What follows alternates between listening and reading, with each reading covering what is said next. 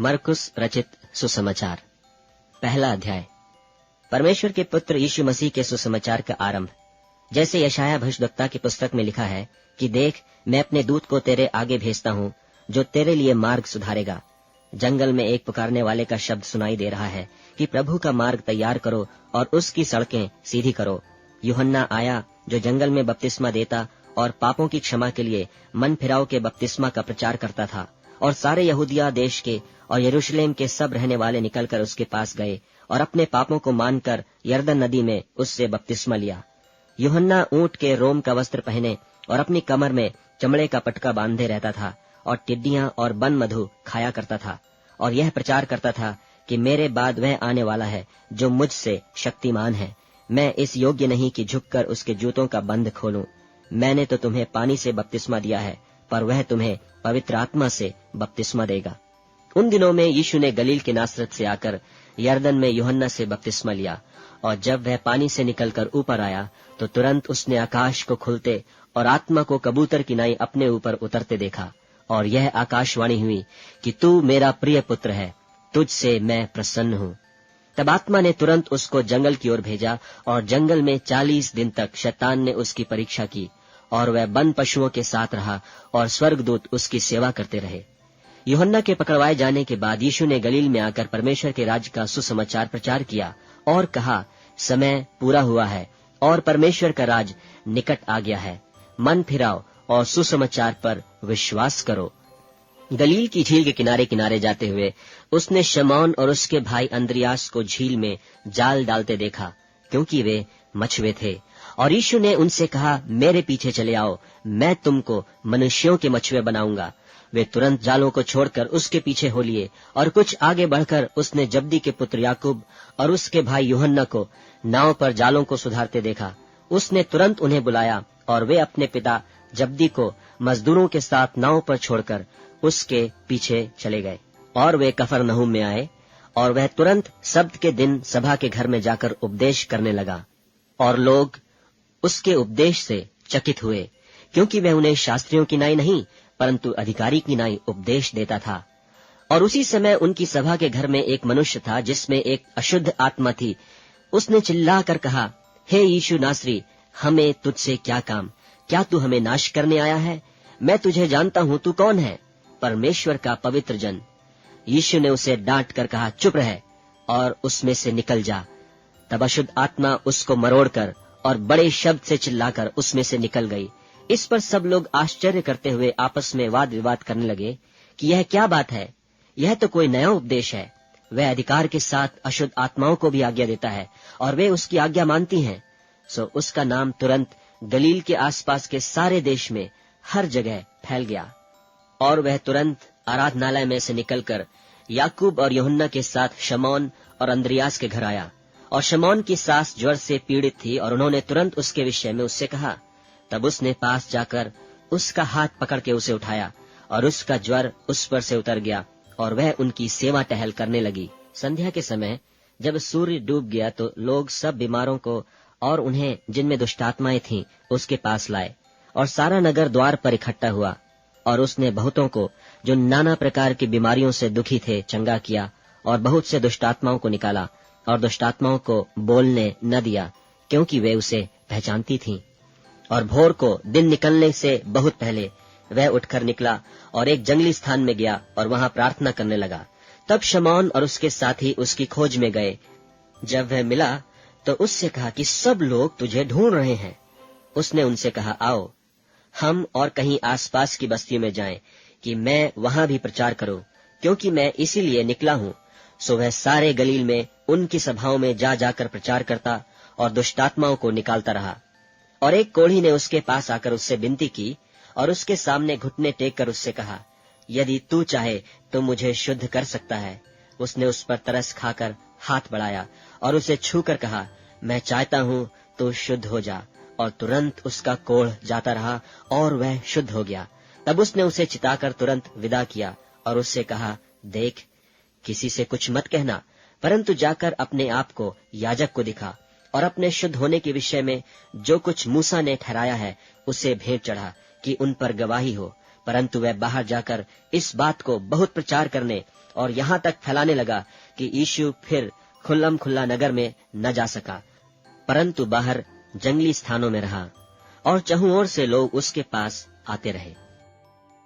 दूसरा अध्याय। कई दिन के बाद वह फिर कफरनहूम में आया और सुना गया कि वह घर में है। फिर इतने लोग इकट्ठे हुए कि द्वार के पास भी जगह नहीं मिली, और वह उन्हें वचन सुना रहा था। और लोग एक झोले के मारे हुए को 4 मनुष्यों से उठवाकर उसके पास ले आए, परंतु जब वे भीड़ के कारण उसके निकट न पहुंच सके तो उन्होंने उस छत को जिसके नीचे वह था खोल दिया, और जब उसे उधेड़ चुके तो उस खाट को जिस पर झोले का मारा हुआ पड़ा था लटका दिया।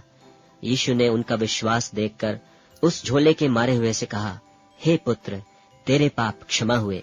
तब कई एक शास्त्री जो वहां बैठे थे अपने अपने मन में विचार करने लगे कि यह मनुष्य क्यों ऐसा कहता है, यह तो परमेश्वर की निंदा करता है। परमेश्वर को छोड़ और कौन पाप क्षमा कर सकता है।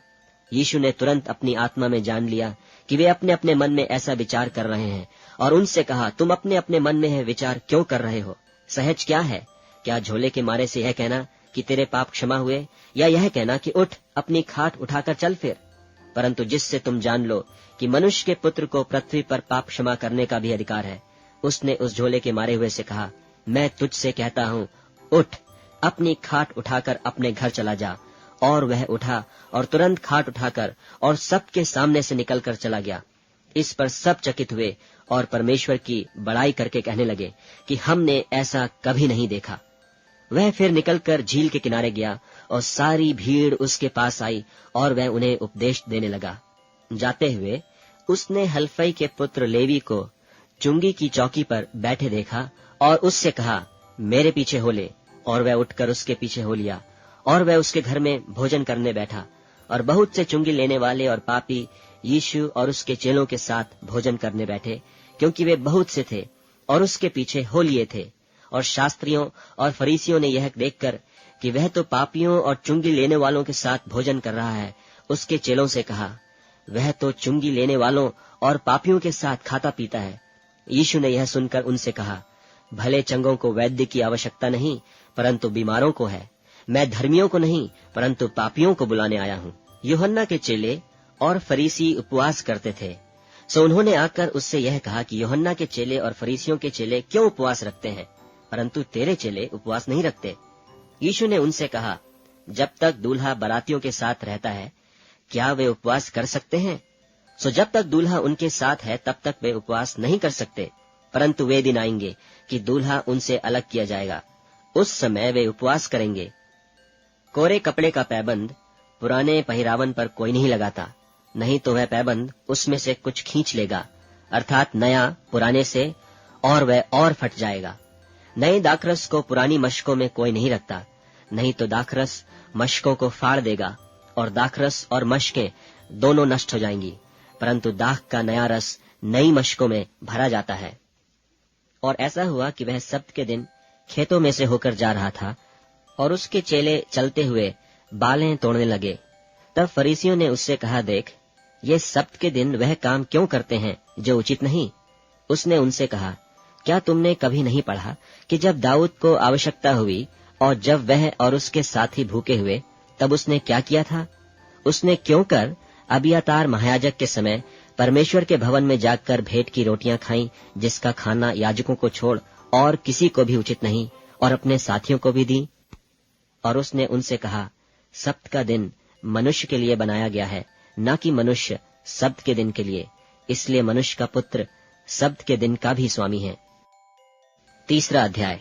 और वह आराधनालय में फिर गया और वहां एक मनुष्य था जिसका हाथ सूख गया था, और वे उस पर दोष लगाने के लिए उसकी घात में लगे हुए थे कि देखें वह सब्त के दिन में उसे चंगा करता है कि नहीं। उसने सूखे हाथ वाले मनुष्य से कहा, बीच में खड़ा हो। और उनसे कहा, क्या सब्त के दिन भला करना उचित है या बुरा करना, प्राण को बचाना या मारना? पर वे चुप रहे। और उसने उनके मन की कठोरता से उदास होकर उनको क्रोध से चारों ओर देखा और उस मनुष्य से कहा, अपना हाथ बढ़ा। उसने बढ़ाया और उसका हाथ अच्छा हो गया। तब फरीसी बाहर जाकर तुरंत हेरोदियों के साथ उसके विरोध में सम्मति करने लगे कि उसे किस प्रकार नाश करें। और यीशु अपने चेलों के साथ झील की ओर चला गया, और गलील से एक बड़ी भीड़ उसके पीछे हो ली, और यहूदिया और यरूशलेम और इदूमिया से और यरदन के पार और सूर और सैदा के आसपास से एक बड़ी भीड़ यह सुनकर कि वह कैसे अचंभे के काम करता है, उसके पास आई। और उसने अपने चेलों से कहा, भीड़ के कारण एक छोटी नाव मेरे लिए तैयार रहे, ताकि वे मुझे दबा न सकें, क्योंकि उसने बहुतों को चंगा किया था। इसलिए जितने लोग रोग से ग्रसित थे, उसे छूने के लिए उस पर गिरे पड़ते थे। और अशुद्ध आत्माएं भी जब उसे देखती थीं, तो उसके आगे गिर पड़ती थीं और चिल्लाकर कहती थीं कि तू परमेश्वर का पुत्र है। और उसने उन्हें बहुत चिताया कि मुझे प्रकट न करना। फिर वह पहाड़ पर चढ़ गया, और जिन्हें वह चाहता था उन्हें अपने पास बुलाया, और वे उसके पास चले आए। तब उसने 12 पुरुषों को नियुक्त किया कि वे उसके साथ साथ रहें, और वह उन्हें भेजे कि प्रचार करें और दुष्टात्माओं को निकालने का अधिकार रखें। और वे ये हैं, शमौन जिसका नाम उसने पतरस रखा, और जब्दी का पुत्र याकूब, और याकूब का भाई यूहन्ना जिसका नाम उसने बुअनर्गिस अर्थात गर्जन के पुत्र रखा, और अंद्रियास और फिलिपुस और बरतुलमई और मत्ती और थोमा और हल्फई का पुत्र याकूब और तद्दी और शमौन कनानी और यहूदा इस्करियोती जिसने उसे पकड़वा भी दिया। और वह घर में आया, और ऐसी भीड़ इकट्ठी हो गई कि वे रोटी भी न खा सके।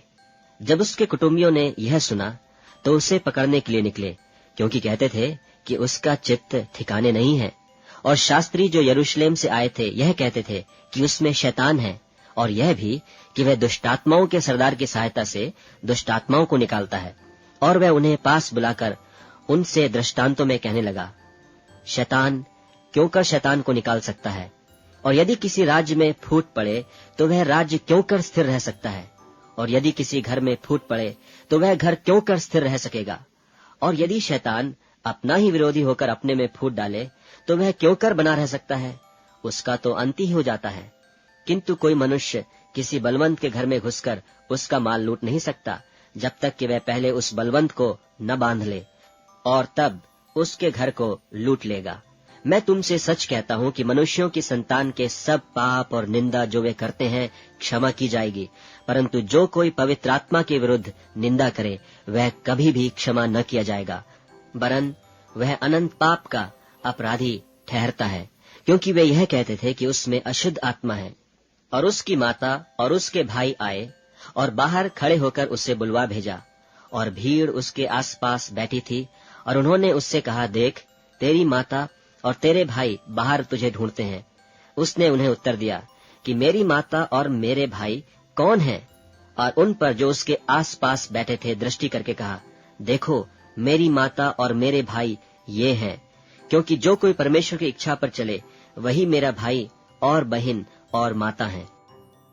4 अध्याय। वह फिर झील के किनारे उपदेश देने लगा, और एक ऐसी बड़ी भीड़ उसके पास इकट्ठी हो गई कि वह झील में एक नाव पर चढ़कर बैठ गया, और सारी भीड़ भूमि पर झील के किनारे खड़ी रही।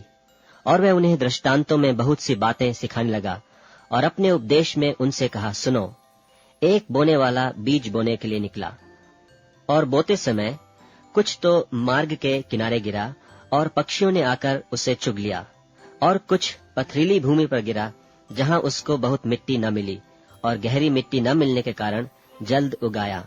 और जब सूर्य निकला तो जल गया, और जड़ न पकड़ने के कारण सूख गया।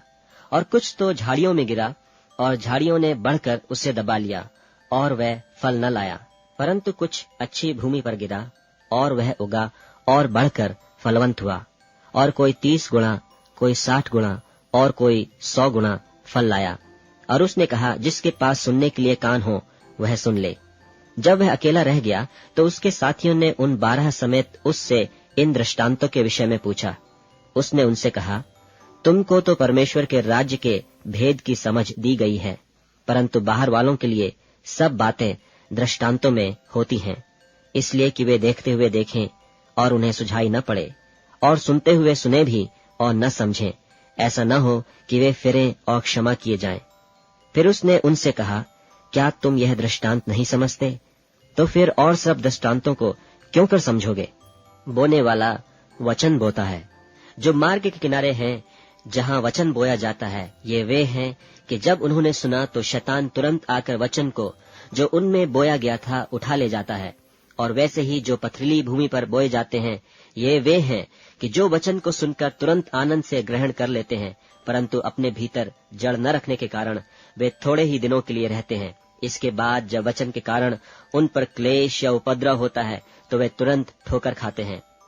और जो झाड़ियों में बोए गए, ये वे हैं जिन्होंने वचन सुना और संसार की चिंता और धन का धोखा और वस्तुओं का लोभ उनमें समाकर वचन को दबा देता है और वह निष्फल रह जाता है।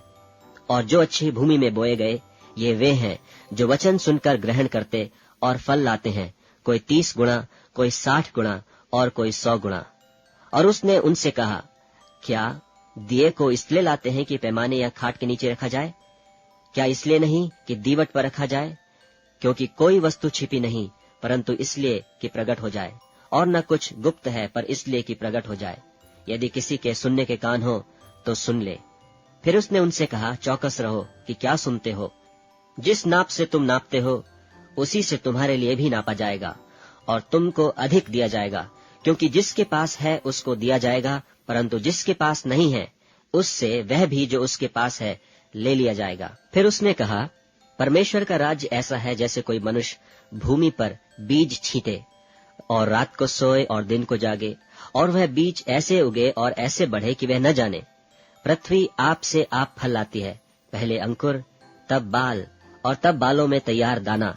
परंतु जब दाना पक जाता है तब वह तुरंत हंसिया लगाता है, क्योंकि कटनी आ पहुंची है। फिर उसने कहा, हम परमेश्वर के राज्य की उपमा किस से दें और किस दृष्टांत से उसका वर्णन करें? वह राई के दाने के समान है कि जब भूमि में बोया जाता है तो भूमि के सब बीजों से छोटा होता है, परंतु जब बोया गया तो उगकर सब साग पात से बड़ा हो जाता है, और उसकी ऐसी बड़ी डालियां निकलती हैं कि आकाश के पक्षी उसकी छाया में बसेरा कर सकते हैं। और वह उन्हें इस प्रकार के बहुत से दृष्टांत दे देकर उनकी समझ के अनुसार वचन सुनाता था, और बिना दृष्टांत कहे उनसे कुछ भी नहीं कहता था, परंतु एकांत में वह अपने निज चेलों को सब बातों का अर्थ बताता था। उसी दिन जब सांझ हुई तो उसने उनसे कहा, आओ हम पार चलें। और वे भीड़ को छोड़कर जैसा वह था वैसे ही उसे नाव पर साथ ले चले, और उसके साथ और भी नावें थीं। तब बड़ी आंधी आई और लहरें नाव पर यहाँ तक लगी कि वह अब पानी से भरी जाती थी, और वह आप पिछले भाग में गद्दी पर सो रहा था। तब उन्होंने उसे जगाकर उससे कहा, हे गुरु, क्या तुझे चिंता नहीं कि हम नाश हुए जाते हैं? तब उसने उठकर आंधी को डांटा और पानी से कहा, शांत रह, थम जा। और आंधी थम गई और बड़ा चैन हो गया। और उनसे कहा, तुम क्यों डरते हो? क्या तुम्हें अब तक विश्वास नहीं? और वे बहुत ही डर गए और आपस में बोले, यह कौन है कि आंधी और पानी भी उसकी आज्ञा मानते हैं। 5वां अध्याय। और वे झील के पास गिरासेनियों के देश में पहुंचे, और जब वह नाव पर से उतरा तो तुरंत एक मनुष्य जिसमें अशुद्ध आत्मा थी कब्रों से निकलकर उसे मिला। वह कब्रों में रहा करता था, और कोई उसे सांकलों से भी न बांध सकता था, क्योंकि वह बार बार बेड़ियों और सांकलों से बांधा गया था। पर उसने सांकलों को तोड़ दिया और बेड़ियों के टुकड़े टुकड़े कर दिए थे, और कोई उसे वश में नहीं कर सकता था। वह लगातार रात दिन कब्रों और पहाड़ों में चिल्लाता और अपने को पत्थरों से घायल करता था। वह यीशु को दूर ही से देखकर दौड़ा और उसे प्रणाम किया, और ऊंचे शब्द से चिल्लाकर कहा, हे यीशु, परम प्रधान परमेश्वर के पुत्र, मुझे तुझसे क्या काम? मैं तुझे परमेश्वर की शपथ देता हूँ कि मुझे पीड़ा न दे। क्योंकि उसने उससे कहा था कि हे अशुद्ध आत्मा, इस मनुष्य में से निकल आ। उसने उससे पूछा, तेरा क्या नाम है? उसने उससे कहा, मेरा नाम सेना है, क्योंकि हम बहुत हैं। और उसने उससे बहुत विनती की कि हमें इस देश से बाहर न भेज। वहां पहाड़ पर सूरों का एक बड़ा झुंड चर रहा था, और उन्होंने उससे विनती करके कहा कि हमें उन सूरों में भेज दे कि हम उनके भीतर जाएं। तो उसने उन्हें आज्ञा दी, और अशुद्ध आत्मा निकलकर सूरों के भीतर बैठ गई, और झुंड जो कोई 2000 का था कड़ाड़े पर से झपट कर झील में जा पड़ा और डूब मरा। और उनके चरवाहों ने भागकर नगर और गांवों में समाचार सुनाया। और जो हुआ था लोग उसे देखने आए, और यीशु के पास आकर वे उसको जिसमें दुष्टात्माएं थीं, अर्थात जिसमें सेना समाई थी, कपड़े पहने और सचेत बैठे देखकर डर गए। और देखने वालों ने उसका जिसमें दुष्टात्माएं थीं और सूअरों का पूरा हाल उनको कह सुनाया। और वे उससे विनती करके कहने लगे कि हमारे सिवानों से चला जा। और जब वह नाव पर चढ़ने लगा तो वह जिसमें पहले दुष्टात्माएं थीं उससे विनती करने लगा कि मुझे अपने साथ रहने दे, परंतु उसने उसे आज्ञा न दी और उससे कहा, अपने घर जाकर अपने लोगों को बता कि तुझ पर दया करके प्रभु ने तेरे लिए कैसे बड़े काम किए हैं। वह जाकर दिकपुलिस में इस बात का प्रचार करने लगा कि यीशु ने मेरे लिए कैसे बड़े काम किए, और सब अचंभा करते थे। जब यीशु फिर नाव से पार गया तो एक बड़ी भीड़ उसके पास इकट्ठी हो गई, और वह झील के किनारे था। और याईर नाम आराधनालय के सरदारों में से एक आया और उसे देखकर उसके पांवों पर गिरा, और उसने यह कहकर बहुत विनती की कि मेरी छोटी बेटी मरने पर है, तू आकर उस पर हाथ रख कि वह चंगी होकर जीवित रहे। तब वह उसके साथ चला और बड़ी भीड़ उसके पीछे होली, यहाँ तक कि लोग उस पर गिरे पड़ते थे। और एक स्त्री जिसको 12 वर्ष से लहू बहने का रोग था और जिसने बहुत वैद्यों से बड़ा दुख उठाया और अपना सब माल व्यय करने पर भी कुछ लाभ न उठाया था, परंतु और भी रोगी हो गई थी, यीशु की चर्चा सुनकर भीड़ में उसके पीछे से आई और उसके वस्त्र को छू लिया, क्योंकि वह कहती थी, यदि मैं उसके वस्त्र ही को छू लूंगी तो चंगी हो जाऊंगी। और तुरंत उसका लहू बहना बंद हो गया और उसने अपनी देह में जान लिया कि मैं उस बीमारी से अच्छी हो गई। यीशु ने तुरंत अपने में जान लिया कि मुझ में से सामर्थ निकली है, और भीड़ में पीछे फिरकर पूछा, मेरा वस्त्र किसने छुआ? उसके चेलों ने उससे कहा, तू देखता है कि भीड़ तुझ पर गिरी पड़ती है और तू कहता है कि किसने मुझे छुआ? तब उसने उसे देखने के लिए जिसने यह काम किया था चारों ओर दृष्टि की। तब वह स्त्री है जानकर कि मेरी कैसी भलाई हुई है, डरती और कांपती हुई आई और उसके पांवों पर गिरकर उससे सब हालचाल सच सच कह दिया। उसने उससे कहा, पुत्री, तेरे विश्वास ने तुझे चंगा किया है, कुशल से जा और अपनी इस बीमारी से बची रहे। वह यह कह ही रहा था कि आराधनालय के सरदार के घर से लोगों ने आकर कहा कि तेरी बेटी तो मर गई, अब गुरु को क्यों दुख देता है? जो बात वे कह रहे थे उसको यीशु ने अनसुनी करके आराधनालय के सरदार से कहा, मत डर, केवल विश्वास रख। और उसने पतरस और याकूब के भाई यूहन्ना को छोड़ और किसी को अपने साथ आने न दिया। और आराधनालय के सरदार के घर में पहुंचकर उसने लोगों को बहुत रोते और चिल्लाते देखा। तब उसने भीतर जाकर उससे कहा, तुम क्यों हल्ला मचाते और रोते हो? लड़की मरी नहीं परंतु सो रही है। वे उसकी हंसी करने लगे, परंतु उसने सबको निकालकर लड़की के माता पिता और अपने साथियों को लेकर भीतर जहां लड़की पड़ी थी गया और लड़की का हाथ पकड़कर उससे कहा, तलीता कूमी, जिसका अर्थ यह है कि हे लड़की, मैं तुझसे कहता हूँ, उठ। और लड़की तुरंत उठकर चलने फिरने लगी, क्योंकि वह 12 वर्ष की थी। और इस पर लोग बहुत चकित हो गए। फिर उसने उन्हें चिताकर आज्ञा दी कि यह बात कोई जानने न पाए और कहा कि उसे कुछ खाने को दिया जाए। 6वां अध्याय। वहां से निकलकर वह अपने देश में आया और उसके चेले उसके पीछे हो लिए। सब्त के दिन वह आराधनालय में उपदेश करने लगा और बहुत लोग सुनकर चकित हुए और कहने लगे, इसको ये बातें कहां से आ गईं? और यह कौन सा ज्ञान है जो उसको दिया गया है, और कैसे सामर्थ के काम इसके हाथों से प्रकट होते हैं? क्या यह वही बढ़े ही नहीं जो मरियम का पुत्र और याकूब और योसेस और यहूदा और शमौन का भाई है? और क्या उसकी बहनें यहाँ हमारे बीच में नहीं रहती? इसलिए उन्होंने उसके विषय में ठोकर खाई। यीशु ने उनसे कहा कि भविष्यद्वक्ता अपने देश और अपने कुटुंब और अपने घर को छोड़ और कहीं भी निरादर नहीं होता। और वह वहां कोई सामर्थ का काम न कर सका, केवल थोड़े बीमारों पर हाथ रखकर उन्हें चंगा किया। और उसने उनके अविश्वास पर आश्चर्य किया और चारों ओर के गांवों में उपदेश करता फिरा। और वह 12 को अपने पास बुलाकर उन्हें 2-2 करके भेजने लगा और उन्हें अशुद्ध आत्माओं पर अधिकार दिया। और उसने उन्हें आज्ञा दी कि मार्ग के लिए लाठी छोड़ और कुछ न लो, न तो रोटी, न झोली, न पटके में पैसे, परंतु जूतियां पहनो और 2-2 कुर्ते न पहनो। और उसने उनसे कहा, जहां कहीं तुम किसी घर में उतरो तो जब तक वहां से विदा न हो तब तक उसी में ठहरे रहो। जिस स्थान के लोग तुम्हें ग्रहण न करें और तुम्हारी न सुने, वहां से चलते ही अपने तलवों की धूल झाड़ डालो कि उन पर गवाही हो। और उन्होंने जाकर प्रचार किया कि मन फिराओ, और बहुतेरे दुष्टात्माओं को निकाला और बहुत बीमारों पर तेल मलकर उन्हें चंगा किया। और हेरोदेस राजा ने उसकी चर्चा सुनी, क्योंकि उसका नाम फैल गया था, और उससे कहा कि यूहन्ना बपतिस्मा देने वाला मरे हुओं में से जी उठा है, इसीलिए उससे ये सामर्थ के काम प्रकट होते हैं। और औरों ने कहा यह एलिया है, परंतु औरों ने कहा भविष्यद्वक्ता या भविष्यद्वक्ताओं में से किसी एक के समान है। हेरोदेस ने यह सुनकर कहा, जिस यूहन्ना का सिर मैंने कटवाया था वह जी उठा है। क्योंकि हेरोदेस ने आप अपने भाई फिलिप्पुस की पत्नी हेरोदियास के कारण, जिससे उसने ब्याह किया था, लोगों को भेजकर यूहन्ना को पकड़वाकर बंदी गृह में डाल दिया था।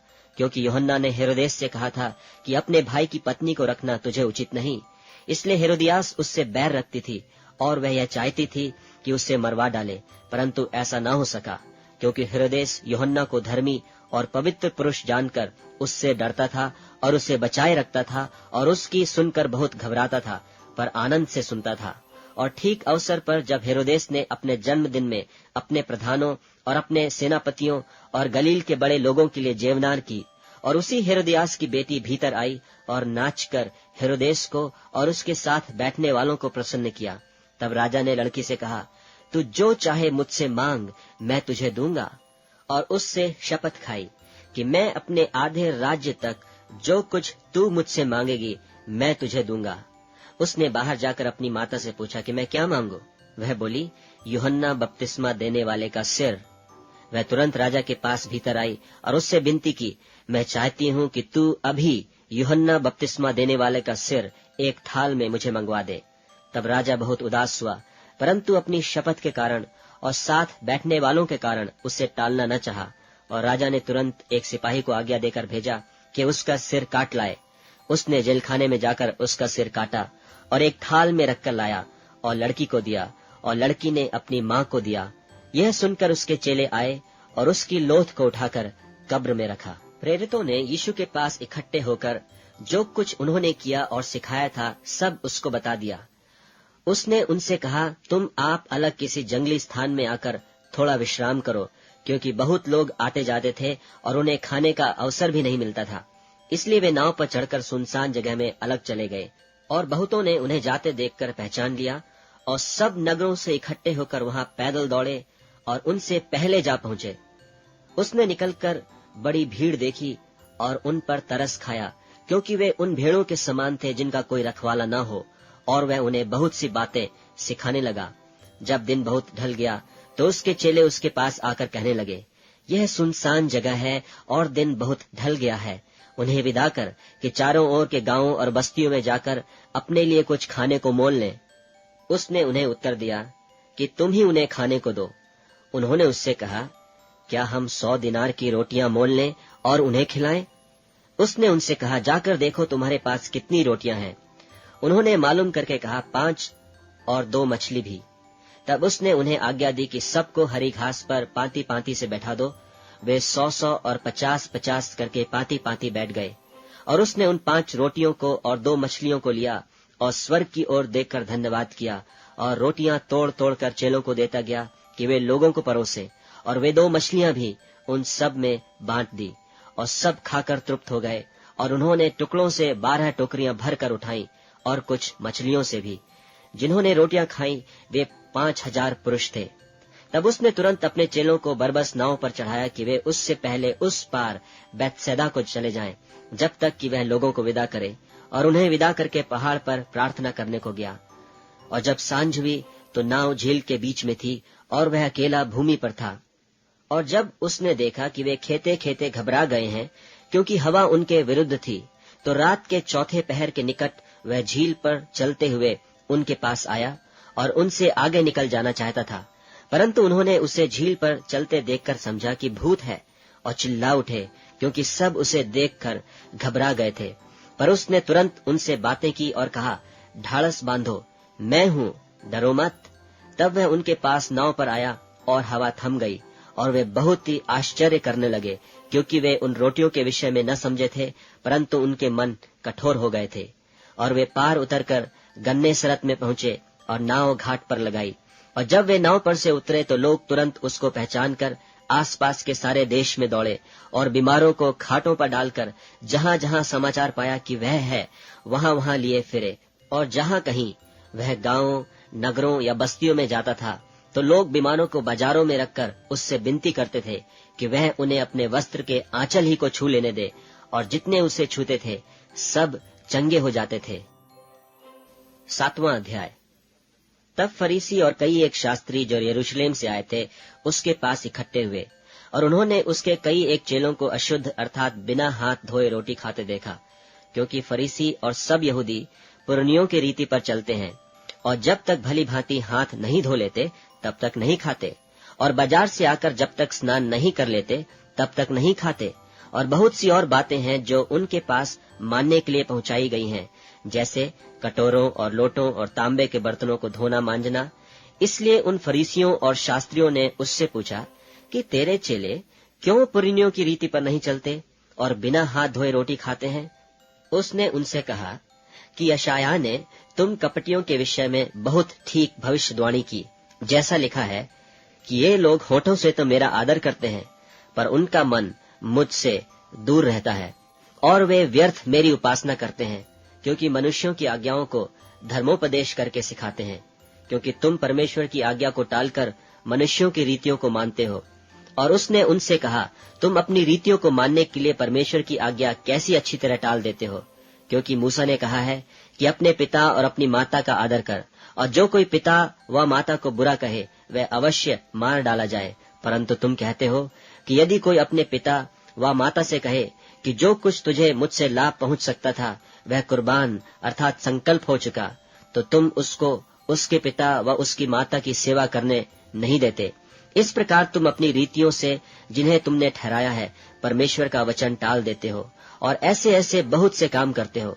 और उसने लोगों को अपने पास बुलाकर उनसे कहा, तुम सब मेरी सुनो और समझो। ऐसी तो कोई वस्तु नहीं जो मनुष्य में बाहर से समाकर अशुद्ध करे, परंतु जो वस्तुएं मनुष्य के भीतर से निकलती हैं वे ही उसे अशुद्ध करती हैं। यदि किसी के सुनने के कान हो तो सुन ले। जब वह भीड़ के पास से घर में गया तो उसके चेलों ने इस दृष्टांत के विषय में उससे पूछा। उसने उनसे कहा, क्या तुम भी ऐसा ना समझो? क्या तुम नहीं समझते कि जो वस्तु बाहर से मनुष्य के भीतर जाती है वह उसे अशुद्ध नहीं कर सकती, क्योंकि वह उसके मन में नहीं परंतु पेट में जाती है और संडास में निकल जाती है। यह कहकर उसने सब भोजन वस्तुओं को शुद्ध ठहराया। फिर उसने कहा, जो मनुष्य में से निकलता है वही मनुष्य को अशुद्ध करता है, क्योंकि भीतर से अर्थात मनुष्य के मन से बुरी बुरी चिंता, व्यभिचार, चोरी, हत्या, परस्त्री गमन, लोभ, दुष्टता, छल, लुचपन, कुदृष्टि, निंदा, अभिमान और मूर्खता निकलती हैं। ये सब बुरी बातें भीतर ही से निकलती हैं और मनुष्य को अशुद्ध करती हैं। फिर वह वहां से उठकर सूर और सैदा के देशों में आया और एक घर में गया और चाहता था कि कोई न जाने, परंतु वह छिप न सका। और तुरंत एक स्त्री जिसकी छोटी बेटी में अशुद्ध आत्मा थी उसकी चर्चा सुनकर आई और उसके पांवों पर गिरी। यह यूनानी और सरूफीनी की जाति की थी, और उसने उससे विनती की कि मेरी बेटी में से दुष्टात्मा निकाल दे। उसने उससे कहा, पहले लड़कों को तृप्त होने दे, क्योंकि लड़कों की रोटी लेकर कुत्तों के आगे डालना उचित नहीं है। उसने उसको उत्तर दिया कि सच है प्रभु, तो भी कुत्ते भी तो मेज के नीचे बालकों की रोटी का चूर चार खा लेते हैं। उसने उससे कहा, इस बात के कारण चली जा, दुष्टात्मा तेरी बेटी में से निकल गई है। और उसने अपने घर आकर देखा कि लड़की खाट पर पड़ी है और दुष्टात्मा निकल गई है। फिर वह सूर और सैदा के देशों से निकलकर दिकपुलिस देश से होता हुआ गलील की झील पर पहुंचा, और लोगों ने एक बहरे को जो हकला भी था उसके पास लाकर उससे विनती की कि वह अपना हाथ उस पर रखे।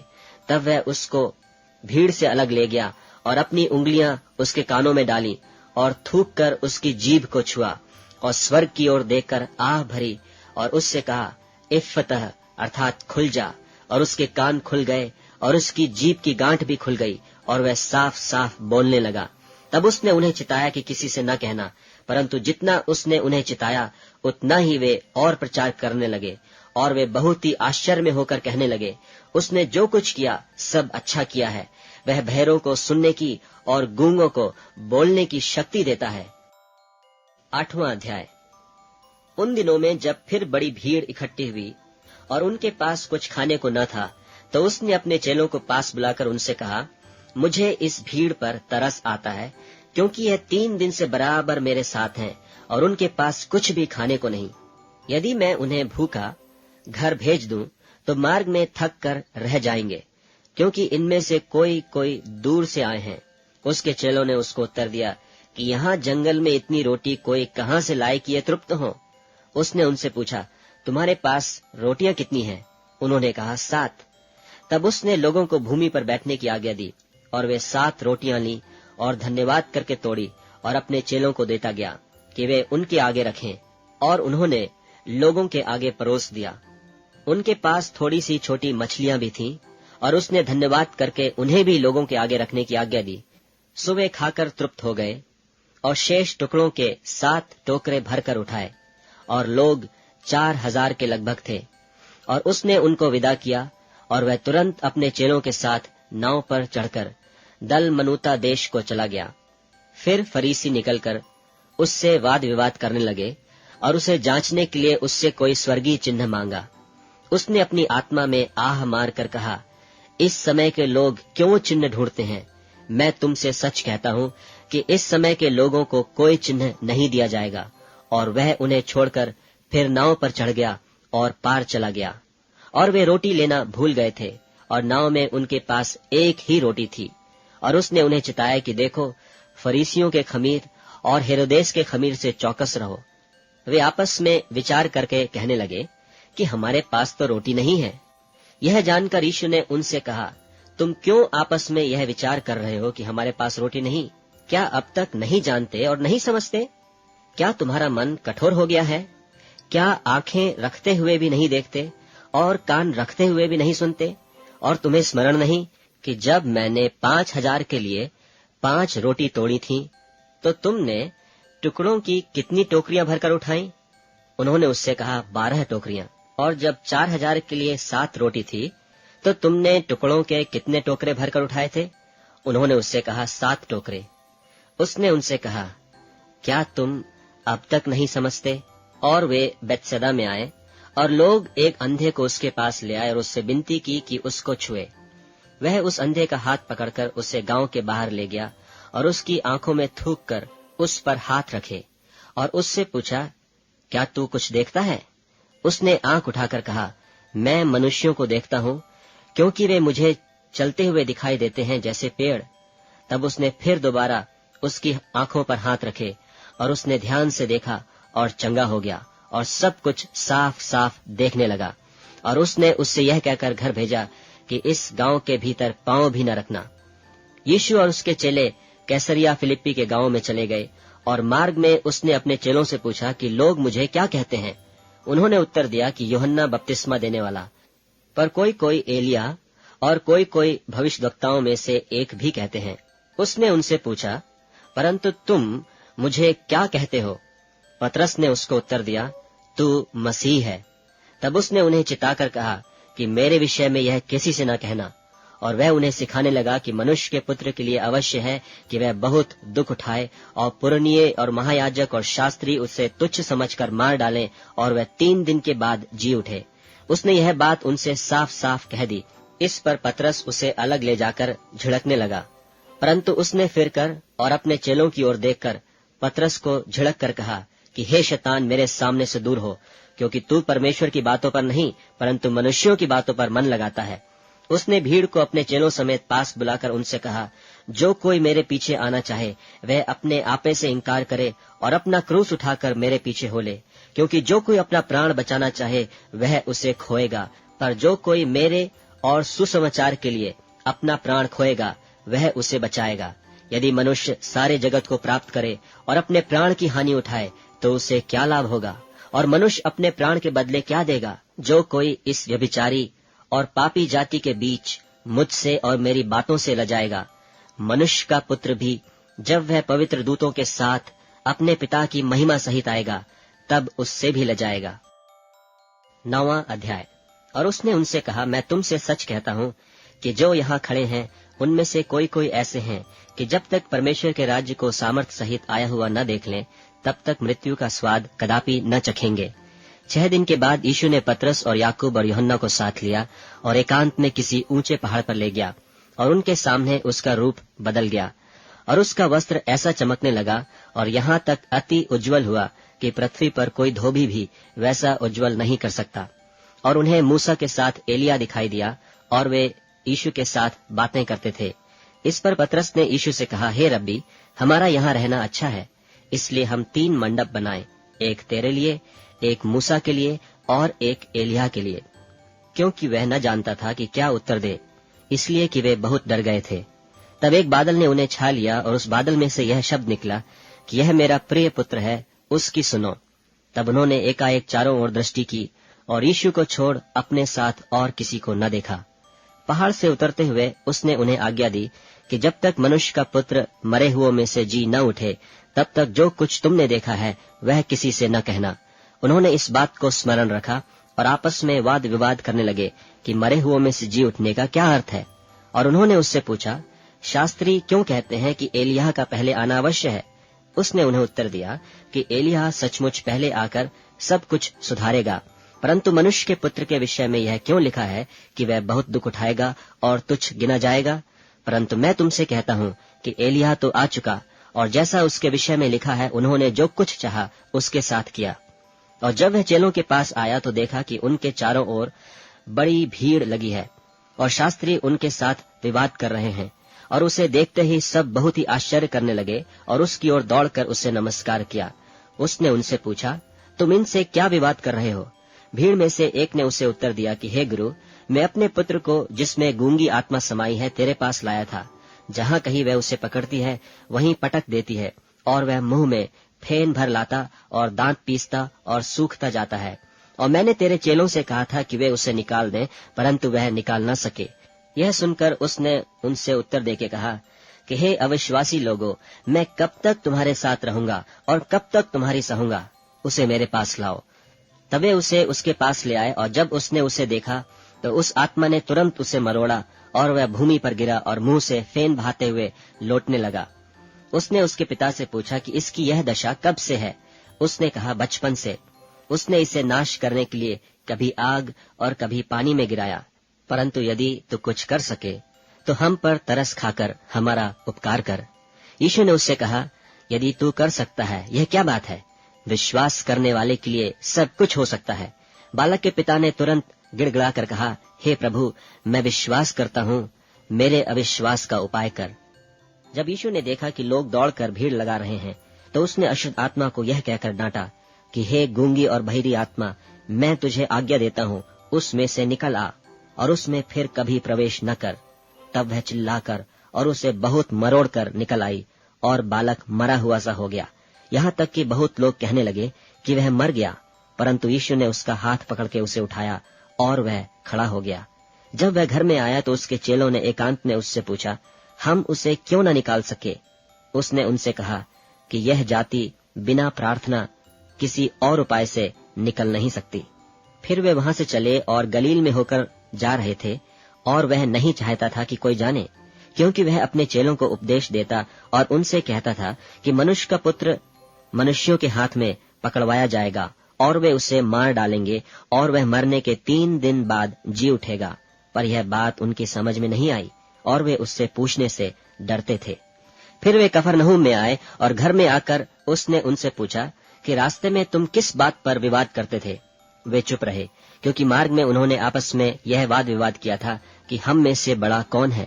तब उसने बैठकर 12 को बुलाया और उनसे कहा, यदि कोई बड़ा होना चाहे तो सबसे छोटा और सबका सेवक बने।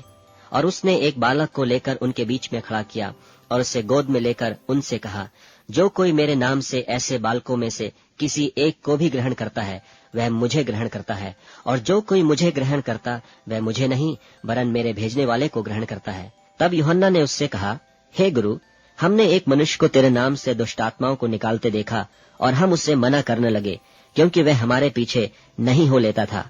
यीशु ने कहा, उसको मत मना करो, क्योंकि ऐसा कोई नहीं जो मेरे नाम से सामर्थ का काम करे और जल्दी से मुझे बुरा कह सके, क्योंकि जो हमारे विरोध में नहीं वह हमारी ओर है। जो कोई एक कटोरा पानी तुम्हें इसलिए पिलाए कि तुम मसीह के हो, तो मैं तुमसे सच कहता हूँ कि वह अपना प्रतिफल किसी रीति से न खोएगा। पर जो कोई इन छोटों में से जो मुझ पर विश्वास करते हैं किसी को ठोकर खिलाए, तो उसके लिए भला यह है कि एक बड़ी चक्की का पाट उसके गले में लटकाया जाए और वह समुद्र में डाल दिया जाए। यदि तेरा हाथ तुझे ठोकर खिलाए तो उसे काट डाल। टुंडा होकर जीवन में प्रवेश करना तेरे लिए इससे भला है कि 2 हाथ रहते हुए नरक के बीच उस आग में डाला जाए जो कभी बुझने की नहीं। और यदि तेरा पांव तुझे ठोकर खिलाए तो उसे काट डाल। लंगड़ा होकर जीवन में प्रवेश करना तेरे लिए इससे भला है कि 2 पांव रहते हुए नरक में डाला जाए। और यदि तेरी आंख तुझे ठोकर खिलाए तो उसे निकाल डाल। काना होकर परमेश्वर के राज में प्रवेश करना तेरे लिए इससे भला है कि 2 आंख रहते हुए तू नरक में डाला जाए, जहां उनका कीड़ा नहीं मरता और आग नहीं बुझती, क्योंकि हर एक जन आग से नमकीन किया जाएगा। नमक अच्छा है, पर यदि नमक की नमकीनी जाती रहे तो उससे किससे स्वादित करोगे? अपने में नमक रखो और आपस में मेल मिलाप से। 10वां अध्याय। फिर वह वहां से उठकर यहूदिया के सिवानों में और यरदन के पार आया, और भीड़ उसके पास फिर इकट्ठी हो गई, और वह अपनी रीति के अनुसार उन्हें फिर उपदेश देने लगा। तब फरीसियों ने उसके पास आकर उसकी परीक्षा करने को उससे पूछा, क्या यह उचित है कि पुरुष अपनी पत्नी को त्यागे? उसने उनको उत्तर दिया कि मूसा ने तुम्हें क्या आज्ञा दी है? उन्होंने कहा, मूसा ने त्याग पत्र लिखने और त्यागने की आज्ञा दी है। यीशु ने उनसे कहा कि तुम्हारे मन की कठोरता के कारण उसने तुम्हारे लिए यह आज्ञा लिखी, पर सृष्टि के आरंभ से परमेश्वर ने नर और नारी करके उनको बनाया है। इस कारण मनुष्य अपने माता पिता से अलग होकर अपनी पत्नी के साथ रहेगा, और वे दोनों एक तन होंगे। इसलिए वे अब 2 नहीं पर एक तन है। इसलिए जिसे परमेश्वर ने जोड़ा है उसे मनुष्य अलग न करे। और घर में चेलों ने इसके विषय में उससे फिर पूछा। उसने उनसे कहा, जो कोई अपनी पत्नी को त्याग कर दूसरी से ब्याह करे तो वह उस पहली के विरोध में व्यभिचार करता है, और यदि पत्नी अपने पति को छोड़कर दूसरे से ब्याह करे तो वह व्यभिचार करती है, और यदि पत्नी अपने पति को छोड़कर दूसरे से ब्याह करे तो वह व्यभिचार करती है। फिर लोग बालकों को उसके पास लाने लगे कि वह उन पर हाथ रखे, पर चेलों ने उनको डांटा। यीशु ने यह देख क्रुद्ध होकर उनसे कहा, बालकों को मेरे पास आने दो और उन्हें मना न करो, क्योंकि परमेश्वर का राज्य ऐसों ही का है। मैं तुमसे सच कहता हूँ कि जो कोई परमेश्वर के राज्य को बालक की नाई ग्रहण न करे वह उसमें कभी प्रवेश करने न पाएगा। और उसने उन्हें गोद में लिया और उन पर हाथ रखकर उन्हें आशीष दी। और जब वह निकलकर मार्ग में जाता था तो एक मनुष्य उसके पास दौड़ता हुआ आया और उसके आगे घुटने टेक कर उससे पूछा, हे उत्तम गुरु, अनंत जीवन का अधिकारी होने के लिए मैं क्या करूं? यीशु ने उससे कहा, तू मुझे उत्तम क्यों कहता है?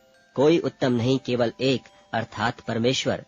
तू आज्ञाओं को तो जानता है, हत्या न करना, व्यभिचार न करना, चोरी न करना, झूठी गवाही न देना, छल न करना, अपने पिता और अपनी माता का आदर करना। उसने उससे कहा, हे गुरु, इन सब को मैं लड़कपन से मानता आया हूँ। यीशु ने उस पर दृष्टि करके उससे प्रेम किया और उससे कहा, तुझ में एक बात की घटी है, जा, जो कुछ तेरा है उसे बेचकर कंगालों को दे और तुझे स्वर्ग में धन मिलेगा, और आकर मेरे पीछे हो ले। इस बात से उसके चेहरे पर उदासी छा गई और वह शोक करता हुआ चला गया, क्योंकि वह बहुत धनी था।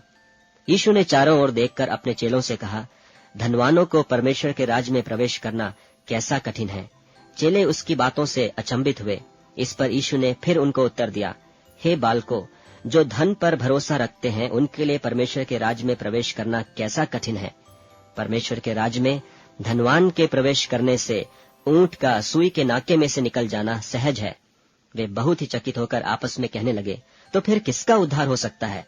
यीशु ने उनकी ओर देखकर कहा, मनुष्यों से तो यह नहीं हो सकता, परंतु परमेश्वर से हो सकता है, क्योंकि परमेश्वर से सब कुछ हो सकता है। पतरस उससे कहने लगा कि देख, हम तो सब कुछ छोड़कर तेरे पीछे हो लिए हैं। यीशु ने कहा, मैं तुमसे सच कहता हूँ कि ऐसा कोई नहीं जिसने मेरे और सुसमाचार के लिए घर या भाइयों या बहनों या माता या पिता या लड़के बालों या खेतों को छोड़ दिया हो और अब इस समय 100 गुणा न पाए। घरों और भाइयों और बहनों और माताओं और लड़के बालों और खेतों को पर उपद्रव के साथ और परलोक में अनंत जीवन। पर बहुतेरे जो पहले हैं पिछले होंगे, और जो पिछले हैं वे पहले होंगे। और वे यरूशलेम को जाते हुए मार्ग में थे, और यीशु उनके आगे आगे जा रहा था। और वे अचंभा करने लगे और जो उसके पीछे पीछे चलते थे डरने लगे। तब वह फिर उन 12 को लेकर उनसे वे बातें करने लगा जो उस पर आने वाली थीं, कि देखो हम यरूशलेम को जाते हैं, और मनुष्य का पुत्र महायाजकों और शास्त्रियों के हाथ पकड़वाया जाएगा, और वे उसको घात के योग्य ठहराएंगे और अन्य जातियों के हाथ में सौंपेंगे, और वे उसको ठट्ठों में उड़ाएंगे और उस पर थूकेंगे और उसे कोड़े मारेंगे और उसे घात करेंगे, और 3 दिन के बाद वह जी उठेगा। तब जब्दी के पुत्र याकूब और यूहन्ना ने उसके पास आकर कहा, हे गुरु, हम चाहते हैं कि जो कुछ हम तुझसे मांगे वही तू हमारे लिए करे। उसने उनसे कहा, तुम क्या चाहते हो कि मैं तुम्हारे लिए करूं? उन्होंने उससे कहा कि हमें यह दे कि तेरी महिमा में हम में से एक तेरे दाहिने और दूसरा तेरे बाएं बैठे।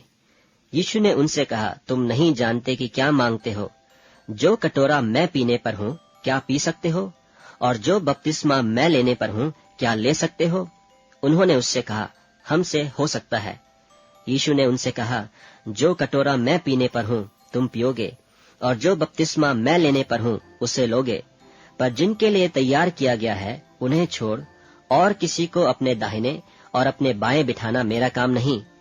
यह सुनकर 10 याकूब और यूहन्ना पर रिसियाने लगे, और यीशु ने उनको पास बुलाकर उनसे कहा, तुम जानते हो कि जो अन्य जातियों के हाकिम समझे जाते हैं वे उन पर प्रभुता करते हैं, और उनमें जो बड़े हैं उन पर अधिकार जताते हैं, पर तुम में ऐसा नहीं है। वरन जो कोई तुम में बड़ा होना चाहे वह तुम्हारा सेवक बने, और जो कोई तुम्हें प्रधान होना चाहे वह सबका दास बने।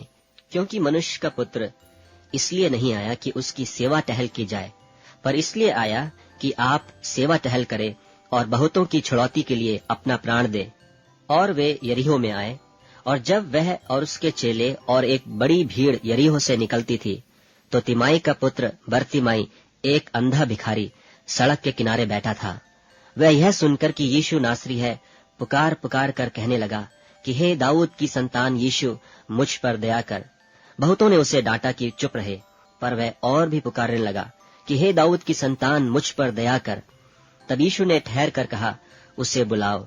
और लोगों ने उस अंधे को बुलाकर उससे कहा, ढाढ़स बांध, उठ, वह तुझे बुलाता है। वह अपना कपड़ा फेंक कर शीघ्र उठा और यीशु के पास आया। इस पर यीशु ने उससे कहा, तू क्या चाहता है कि मैं तेरे लिए करूं? अंधे ने उससे कहा, हे रब्बी, यह है कि मैं देखने लगूं। यीशु ने उससे कहा, चला जा, तेरे विश्वास ने तुझे चंगा कर दिया है। वह तुरंत देखने लगा और मार्ग में उसके पीछे हो लिया। 11वां अध्याय। जब वे यरूशलेम के निकट जैतून पहाड़ पर बैतफगे और बैतनिय्याह के पास आए, तो उसने अपने चेलों में से 2 को यह कहकर भेजा कि अपने सामने के गांव में जाओ, और उसमें पहुंचते ही एक गदही का बच्चा जिस पर कभी कोई नहीं चढ़ा बंधा हुआ तुम्हें मिलेगा, उसे खोल लाओ। यदि तुमसे कोई पूछे यह क्यों करते हो, तो कहना कि प्रभु को इसका प्रयोजन है, और वह शीघ्र उसे यहाँ भेज देगा। उन्होंने जाकर उस बच्चे को बाहर द्वार के पास चौक में बंधा हुआ पाया और खोलने लगे। और उनमें से जो वहां खड़े थे कोई कोई कहने लगे कि यह क्या करते हो, गधी के बच्चे को क्यों खोलते हो? उन्होंने जैसा यीशु ने कहा था वैसा ही उनसे कह दिया। तब उन्होंने उन्हें जाने दिया, और उन्होंने बच्चे को यीशु के पास लाकर उस पर अपने कपड़े डाले, और वह उस पर बैठ गया। और बहुतों ने अपने कपड़े मार्ग में बिछाए, और औरों ने खेतों में से डालियां काट काट कर फैला दी। और जो उसके आगे आगे जाते और पीछे पीछे चले आते थे, पुकार पुकार कर कहते जाते थे कि होशाना, धन्य है वह जो प्रभु के नाम से आता है। हमारे पिता दाऊद का राज्य जो आ रहा है धन्य है, आकाश में होशाना। और वह यरूशलेम पहुंचकर मंदिर में आया, और चारों ओर सब वस्तुओं को देखकर 12 के साथ बैतनिय्याह गया, क्योंकि सांझ हो गई थी। दूसरे दिन जब वे बैतनिय्याह से निकले तो उसको भूख लगी, और वह दूर से अंजीर का एक हरा पेड़ देखकर निकट गया कि क्या जाने उसमें कुछ पाए, पर पत्तों को छोड़ कुछ न पाया, क्योंकि फल का समय न था। इस पर उसने उससे कहा, अब से कोई तेरा फल कभी न खाए। और उसके चेले सुन रहे थे। फिर वे यरूशलेम में आए, और वह मंदिर में गया, और वहां जो लेन देन कर रहे थे उन्हें बाहर निकालने लगा, और सर्राफों के पीढ़े और कबूतर के बेचने वालों की चौकियां उलट दी, और मंदिर में से होकर किसी को बर्तन लेकर आने जाने न दिया। और उपदेश करके उनसे कहा, क्या यह नहीं लिखा है कि मेरा घर सब जातियों के लिए प्रार्थना का घर कहलाएगा, पर तुमने इसे डाकुओं की खो बना दी है। यह सुनकर महायाजक और शास्त्री उसके नाश करने का अवसर ढूंढने लगे, क्योंकि उससे डरते थे, इसलिए कि सब लोग उसके उपदेश से चकित होते थे। और प्रतिदिन सांझ होते ही वह नगर से बाहर जाया करता था। फिर भोर को जब वे उधर से जाते थे, तो उन्होंने उस अंजीर के पेड़ को जड़ तक सूखा हुआ देखा। पतरस को यह बात स्मरण आई और उसने उससे कहा, हे रब्बी, देख, यह अंजीर का पेड़ जिसे तूने श्राप दिया था सूख गया है। यीशु ने उसको उत्तर दिया कि परमेश्वर पर विश्वास रखो। मैं तुमसे सच कहता हूँ कि जो कोई इस पहाड़ से कहे कि तू उखड़ जा और समुद्र में जा पड़, और अपने मन में संदेह न करे, वरन प्रतीति करे कि जो कहता हूँ वह हो जाएगा, तो उसके लिए वही होगा। इसलिए मैं तुमसे कहता हूँ कि जो कुछ तुम प्रार्थना करके मांगो, तो प्रतीति कर लो कि तुम्हें मिल गया और तुम्हारे लिए हो जाएगा। और जब कभी तुम खड़े हुए प्रार्थना करते हो, तो यदि तुम्हारे मन में किसी की ओर से कुछ विरोध हो, तो क्षमा करो, इसलिए कि तुम्हारा स्वर्गीय पिता भी तुम्हारे अपराध क्षमा करे। और यदि तुम क्षमा न करो, तो तुम्हारा पिता भी जो स्वर्ग में है तुम्हारा अपराध क्षमा न करेगा। वे फिर यरूशलेम में आए, और जब वह मंदिर में टहल रहा था, तो महायाजक और शास्त्री और पुरनिये उसके पास आकर पूछने लगे कि तू ये काम किस अधिकार से करता है, और यह अधिकार तुझे किसने दिया है कि तू ये काम करे? यीशु ने उससे कहा, मैं भी तुमसे एक बात पूछता हूँ, मुझे उत्तर दो, तो मैं तुम्हें बताऊंगा कि ये काम किस अधिकार से करता हूँ। यूहन्ना का बपतिस्मा क्या स्वर्ग की ओर से था व मनुष्यों की ओर से था? मुझे उत्तर दो। तब वे आपस में विवाद करने लगे कि यदि हम कहें स्वर्ग की ओर से, तो वह कहेगा, फिर तुमने उसकी प्रतीति क्यों नहीं की? और यदि हम कहें मनुष्यों की ओर से, तो लोगों का डर है, क्योंकि सब जानते हैं कि यूहन्ना सचमुच भविष्यद्वक्ता है। सो उन्होंने यीशु को उत्तर दिया कि हम नहीं जानते।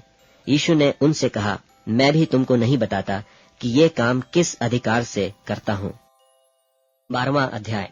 फिर वह दृष्टांत में उनसे बातें करने लगा कि किसी मनुष्य ने दाख की बारी लगाई और उसके चारों ओर बाड़ा बांधा और रस का कुंड खोदा और गुम्मट बनाया, और किसानों को उसका ठीका देकर परदेश चला गया। फिर फल के मौसम में उसने किसानों के पास एक दास को भेजा कि किसान से दाख की बारी के फलों का भाग ले, पर उन्होंने उसे पकड़कर पीटा और छूछे हाथ लौटा दिया। फिर उसने एक और दास को उनके पास भेजा, और उन्होंने उसका सिर फोड़ डाला और उसका अपमान किया। फिर उसने एक और को भेजा, और उन्होंने उसे मार डाला। तब उसने और बहुतों को भेजा, उनमें से उन्होंने कितनों को पीटा और कितनों को मार डाला। अब एक ही रह गया था जो उसका प्रिय पुत्र था। अंत में उसने उसे भी उनके पास यह सोचकर भेजा कि वे मेरे पुत्र का आदर करेंगे। पर उन किसानों ने आपस में कहा, यही तो वारिस है, आओ हम उसे मार डालें, तब मिरास हमारी हो जाएगी। और उन्होंने उसे पकड़कर मार डाला और दाख की बारी के बाहर फेंक दिया। इसलिए दाख की बारी का स्वामी क्या करेगा? वह आकर उन किसानों को नाश करेगा और दाख की बारी औरों को दे देगा। क्या तुमने पवित्र शास्त्र में यह वचन नहीं पढ़ा कि जिस पत्थर को राजमिस्त्रियों ने निकम्मा ठहराया था, वही कोने का सिरा हो गया? यह प्रभु की ओर से हुआ और हमारी दृष्टि में अद्भुत है। तब उन्होंने उसे पकड़ना चाहा, क्योंकि समझ गए थे कि उसने हमारे विरोध में यह दृष्टांत कहा है। पर वे लोगों से डरे और उसे छोड़कर चले गए। तब उन्होंने उसे बातों में फंसाने के लिए कई एक फरीसियों और हेरोदियों को उसके पास भेजा, और उन्होंने आकर उससे कहा, हे गुरु, हम जानते हैं कि तू सच्चा है और किसी की परवाह नहीं करता, क्योंकि तू मनुष्यों का मुंह देखकर बातें नहीं करता, परंतु परमेश्वर का मार्ग सच्चाई से बताता है। तो क्या कैसर को कर देना उचित है कि नहीं? हम दें या न दें? उसने उनका कपट जानकर उनसे कहा, मुझे क्यों परखते हो? 1 दिनार मेरे पास लाओ कि मैं देखूं। वे ले आए, और उसने उनसे कहा, यह मूर्ति और नाम किसका है? उन्होंने कहा, कैसर का। यीशु ने उनसे कहा, जो कैसर का है वह कैसर को, और जो परमेश्वर का है परमेश्वर को दो। तब वे उस पर बहुत अचंभा करने लगे। फिर सदूकियों ने भी, जो कहते हैं कि मरे हुओं का जी उठना है ही नहीं, उसके पास आकर उससे पूछा कि हे गुरु, मूसा ने हमारे लिए लिखा है कि यदि किसी का भाई बिना संतान मर जाए और उसकी पत्नी रह जाए, तो उसका भाई उसकी पत्नी को ब्याह ले और अपने भाई के लिए वंश उत्पन्न करे। 7 भाई थे। पहला भाई ब्याह करके बिना संतान मर गया। तब दूसरे भाई ने उस स्त्री को ब्याह लिया और बिना संतान मर गया। और वैसे ही तीसरे ने भी, और 7 से संतान न हुई। सबके पीछे वह स्त्री भी मर गई। सो जी उठने पर वह उनमें से किसकी पत्नी होगी, क्योंकि वह 7 की पत्नी हो चुकी थी। यीशु ने उनसे कहा, क्या तुम इस कारण से भूल में नहीं पड़े हो कि तुम न तो पवित्र शास्त्र ही को जानते हो और न परमेश्वर की सामर्थ को? क्योंकि जब वे मरे हुओं में से जी उठेंगे तो उनमें ब्याह शादी न होगी, पर स्वर्ग में दूतों की नाई होंगे। मरे हुओं के जी उठने के विषय में क्या तुमने मूसा की पुस्तक में झाड़ी की कथा में नहीं पढ़ा कि परमेश्वर ने उससे कहा, मैं इब्राहिम का परमेश्वर और इसहाक का परमेश्वर और याकूब का परमेश्वर हूँ। परमेश्वर मरे हुओं का नहीं, पर जीवितों का परमेश्वर है। सो तुम बड़ी भूल में पड़े हो। और शास्त्रियों में से एक ने आकर उन्हें विवाद करते सुना, और यह जानकर कि उसने उन्हें अच्छी रीति से उत्तर दिया, उससे पूछा, सबसे मुख्य आज्ञा कौन सी है? यीशु ने उसे उत्तर दिया, सब आज्ञाओं में से यह मुख्य है, हे इस्राएल सुन, प्रभु हमारा परमेश्वर एक ही प्रभु है, और तू प्रभु अपने परमेश्वर से अपने सारे मन से और अपने सारे प्राण से और अपनी सारी बुद्धि से और अपनी सारी शक्ति से प्रेम रखना। और दूसरी यह है कि तू अपने पड़ोसी से अपने समान प्रेम रखना। इससे बड़ी और कोई आज्ञा नहीं। शास्त्री ने उससे कहा, हे गुरु, बहुत ठीक, तूने सच कहा कि वह एक ही है और उसे छोड़ और कोई नहीं, और उससे सारे मन और सारी बुद्धि और सारे प्राण और सारी शक्ति के साथ प्रेम रखना, और पड़ोसी से अपने समान प्रेम रखना सारे होमों और बलिदानों से बढ़कर है। जब यीशु ने देखा कि उसने समझ से उत्तर दिया, तो उससे कहा, तू परमेश्वर के राज्य से दूर नहीं, और किसी को फिर उससे कुछ पूछने का साहस न हुआ। फिर यीशु ने मंदिर में उपदेश करते हुए यह कहा कि शास्त्री क्यों कर कहते हैं कि मसीह दाऊद का पुत्र है। दाऊद ने आप ही पवित्र आत्मा में होकर कहा है कि प्रभु ने मेरे प्रभु से कहा, मेरे दाहिने बैठ, जब तक कि मैं तेरे बैरियों को तेरे पांवों की पीढ़ी न कर दूं। दाऊद तो आप ही उसे प्रभु कहता है, फिर वह उसका पुत्र कहाँ से ठहरा? और भीड़ के लोग उसकी आनंद से सुनते थे। उसने अपने उपदेश में उनसे कहा, शास्त्रियों से चौकस रहो, जो लंबे वस्त्र पहने हुए फिरना और बाजारों में नमस्कार और आराधनालयों में मुख्य मुख्य आसन और जेवनारों में मुख्य मुख्य स्थान भी चाहते हैं। वे विधवाओं के घरों को खा जाते हैं और दिखाने के लिए बड़ी देर तक प्रार्थना करते रहते हैं। ये अधिक दंड पाएंगे। और वह मंदिर के भंडार के सामने बैठकर देख रहा था कि लोग मंदिर के भंडार में किस प्रकार पैसे डालते हैं, और बहुत धनवानों ने बहुत कुछ डाला। इतने में एक कंगाल विधवा ने आकर 2 दमड़ियां, जो एक अधेले के बराबर होती हैं, डाली। तब उसने अपने चेलों को पास बुलाकर उनसे कहा, मैं तुमसे सच कहता हूँ कि मंदिर के भंडार में डालने वालों में से इस कंगाल विधवा ने सबसे बढ़कर डाला है, क्योंकि सब ने अपने धन की बढ़ती में से डाला है, परंतु इसने अपनी घटी में से जो कुछ उसका था, अर्थात अपनी सारी जीविका डाल दी है। 13वां अध्याय। जब वह मंदिर से निकल रहा था तो उसके चेलों में से एक ने उससे कहा, हे गुरु, देख कैसे कैसे पत्थर और कैसे कैसे भवन हैं। यीशु ने उससे कहा, क्या तुम ये बड़े बड़े भवन देखते हो? यहाँ पत्थर पर पत्थर भी बचा न रहेगा जो ढाया न जाएगा। जब वह जैतून के पहाड़ पर मंदिर के सामने बैठा था तो पतरस और याकूब और यूहन्ना और अंद्रियास ने अलग जाकर उससे पूछा कि हमें बता कि ये बातें कब होंगी, और जब ये सारे बातें पूरी होने पर होंगी, उस समय का क्या चिन्ह होगा?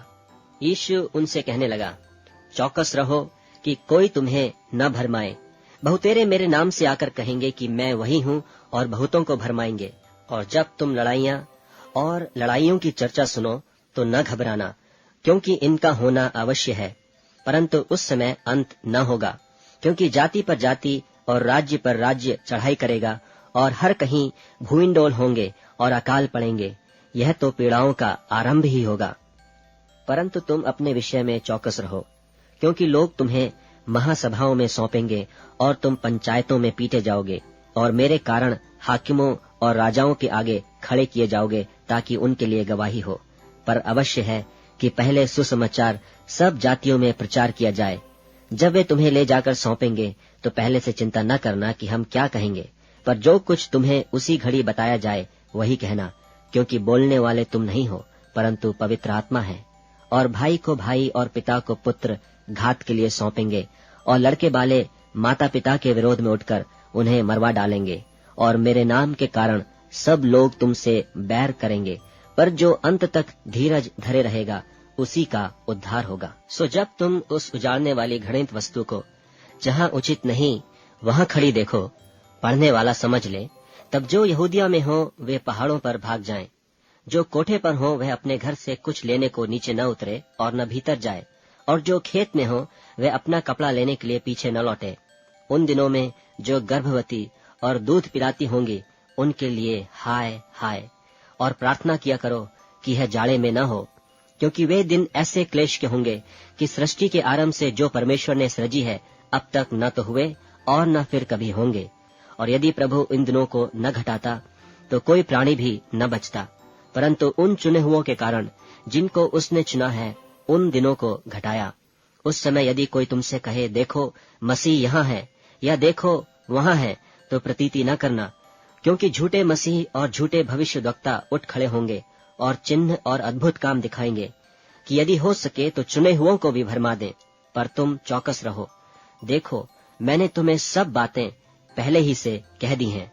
उन दिनों में उस क्लेश के बाद सूरज अंधेरा हो जाएगा और चांद प्रकाश न देगा, और आकाश से तारागण गिरने लगेंगे और आकाश की शक्तियां हिलाई जाएंगी। तब लोग मनुष्य के पुत्र को बड़ी सामर्थ और महिमा के साथ बादलों में आते देखेंगे। उस समय वह अपने दूतों को भेजकर पृथ्वी के इस छोर से आकाश की उस छोर तक चारों दिशा से अपने चुने हुए लोगों को इकट्ठे करेगा। अंजीर के पेड़ से यह दृष्टांत सीखो, जब उसकी डाली कोमल हो जाती और पत्ते निकलने लगते हैं तो तुम जान लेते हो कि ग्रीष्म काल निकट है। इसी रीति से जब तुम इन बातों को होते देखो तो जान लो कि वह निकट है, वरन द्वार ही पर है। मैं तुमसे सच कहता हूँ कि जब तक ये सब बातें न हो लेंगी तब तक यह लोग जाते न रहेंगे। आकाश और पृथ्वी टल जाएंगे, परंतु मेरी बातें कभी न टलेंगी। उस दिन या उस घड़ी के विषय में कोई नहीं जानता, न स्वर्ग के दूत और न पुत्र, परंतु केवल पिता। देखो जागते और प्रार्थना करते रहो, क्योंकि तुम नहीं जानते कि वह समय कब आएगा। यह उस मनुष्य की सी दशा है जो परदेश जाते समय अपना घर छोड़ जाए और अपने दासों को अधिकार दे और हर एक को उसका काम जता दे और द्वारपाल को जागते रहने की आज्ञा दे। इसलिए जागते रहो, क्योंकि तुम नहीं जानते कि घर का स्वामी कब आएगा, सांझ को या आधी रात को या मुर्ग के बांग देने के समय या भोर को। ऐसा न हो कि वह अचानक आकर तुम्हें सोते पाए। और जो मैं तुमसे कहता हूँ वही सबसे कहता हूँ, जागते रहो। 14वां अध्याय। 2 दिन के बाद फसह और अख़मीरी रोटी का पर्व होने वाला था, और महायाजक और शास्त्री इस बात की खोज में थे कि उसे क्यों कर छल से पकड़कर मार डालें, परंतु कहते थे कि पर्व के दिन नहीं, कहीं ऐसा न हो कि लोगों में बलवा मचे। जब वे बैतनिया में शमौन कौड़ी के घर भोजन करने बैठा हुआ था, तब एक स्त्री संगमरमर के पात्र में जटामांसी का बहुमूल्य शुद्ध इत्र लेकर आई और पात्र तोड़कर इत्र को उसके सिर पर उंडेला।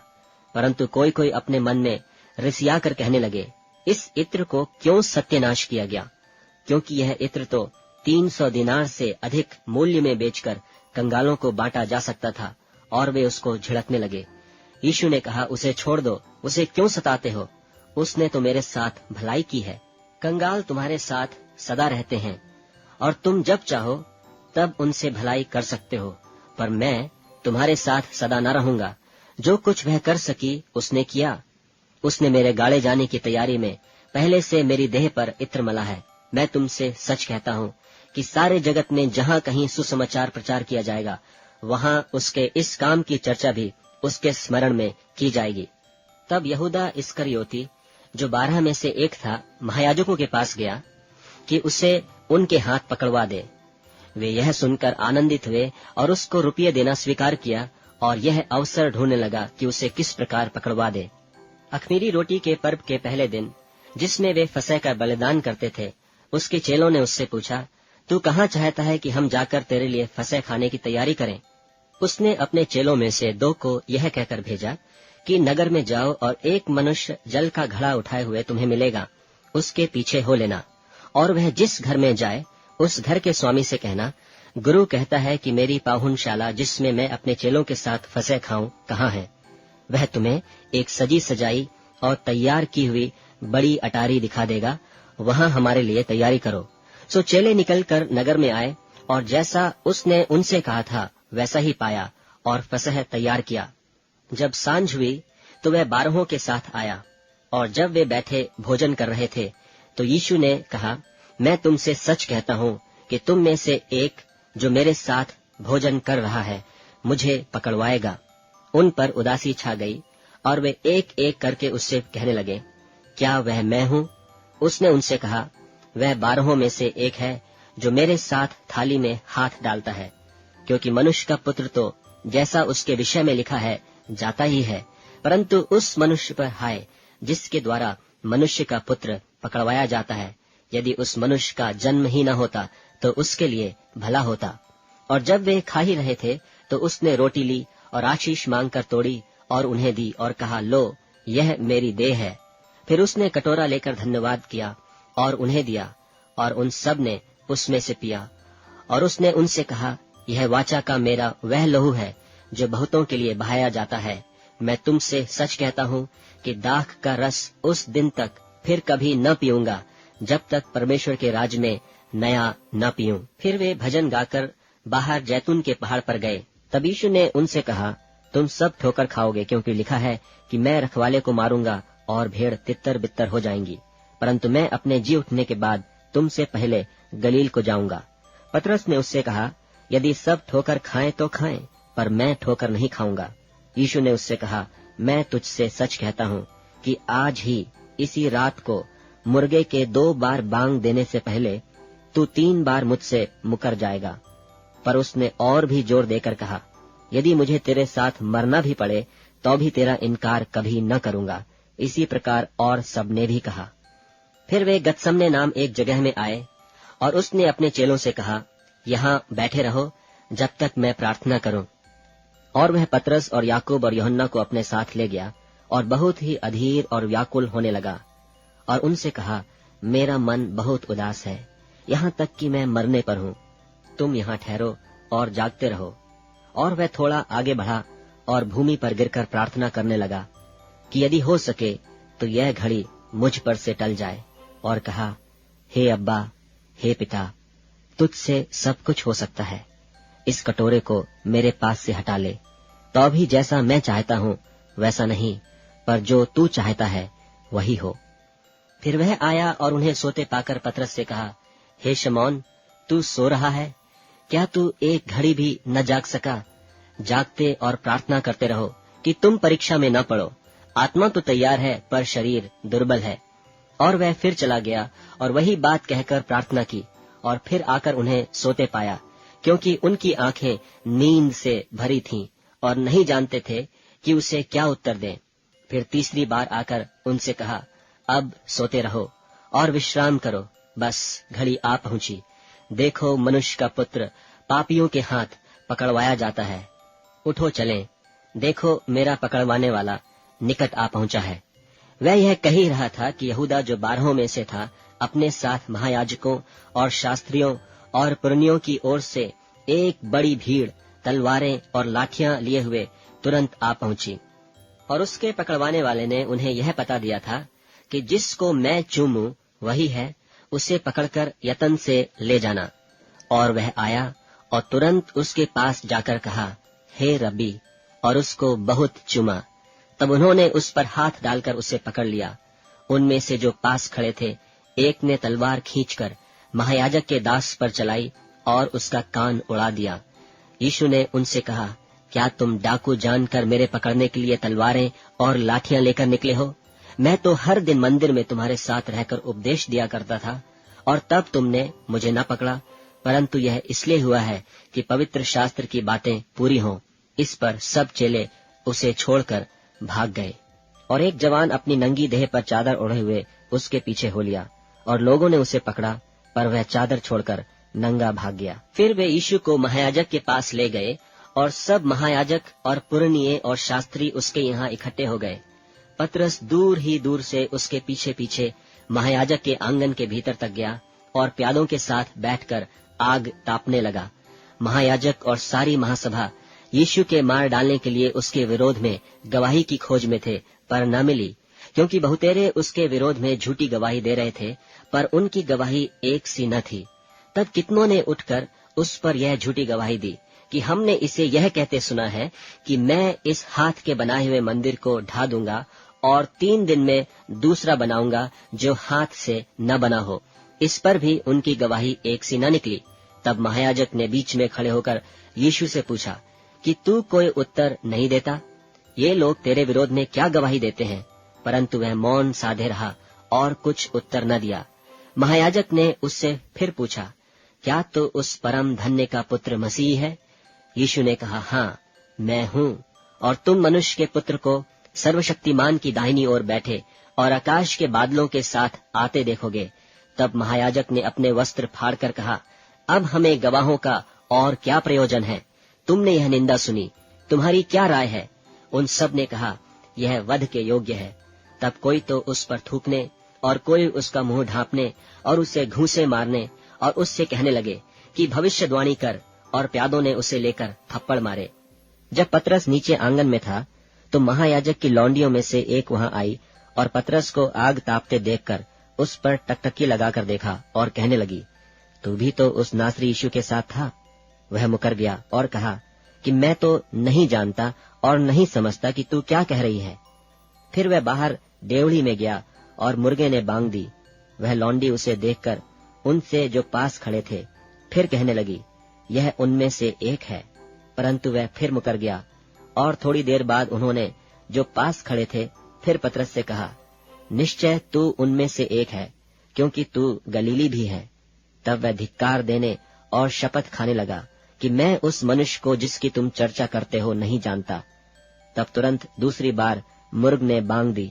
पतरस को वह बात जो यीशु ने उससे कही थी स्मरण आई कि मुर्ग के 2 बार बांग देने से पहले तू 3 बार मेरा इनकार करेगा।